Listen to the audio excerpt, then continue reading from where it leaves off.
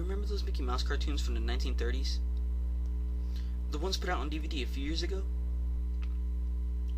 Well, I hear that there's one that was unreleased, even to most avid classic Disney fans. According to most sources, it's nothing special.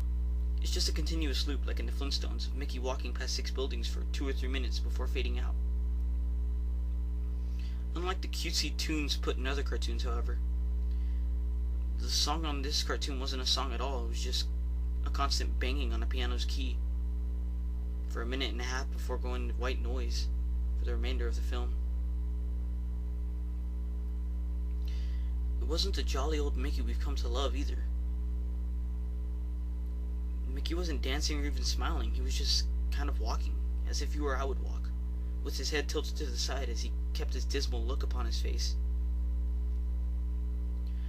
Up until a year or two ago, everyone believed that after it cut to black, that was it. When Leonard Maltin was reviewing the cartoon to be put in the complete series, he decided it was too junk to be included. However, he wanted to have a digital copy due to the fact that it was a creation of Walt's. When he had a digitized version on his computer, he noticed something. The cartoon was actually 9 minutes and 4 seconds long. This is what my source, an acquaintance of Mr. Maltin and a personal assistant to one of the higher Disney executives, emailed to me, in full. After it cut to black, it stayed like that until the 6th minute before going back to Mickey walking. The sound was different this time, though. Instead of the piano, there was a murmuring.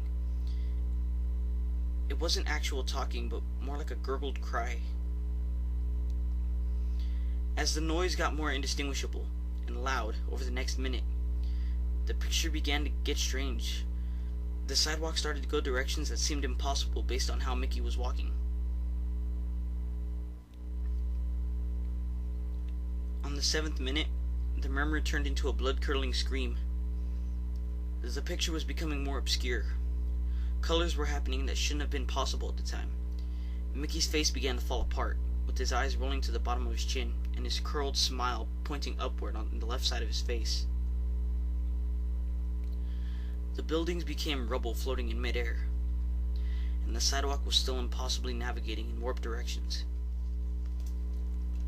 Mr. Maltin became disturbed and left the room, sending an employee to finish the video and take notes of everything happening up until the last second, and immediately store the disc of the cartoon in the vault afterward. The distorted screaming lasted until 8 minutes and a few seconds in, when it abruptly cuts to the Mickey Mouse face at the end of every video with what sounded like an out-of-tune music box playing in the background. This happened until the last 30 seconds, but I haven't been able to find out what happened in those final seconds. From a security guard under me who was making rounds outside that room, I was told what happened after. After the video ended, the employee stumbled out of the room looking pale.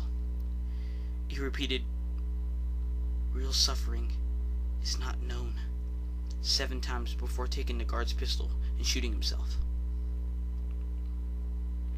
The only thing I could get out of Mr. Maltin was the last frame was a piece of Russian text that roughly said, "The sights of hell bring its viewers back in." As far as I know, no one else has seen it. However, there have been dozens of attempts to get the file onto the internet by employees inside the studios, all of whom were promptly terminated of their jobs.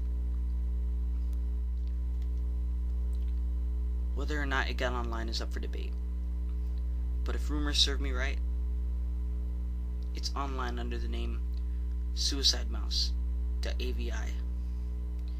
If you ever find a copy of it, I want you to never view it.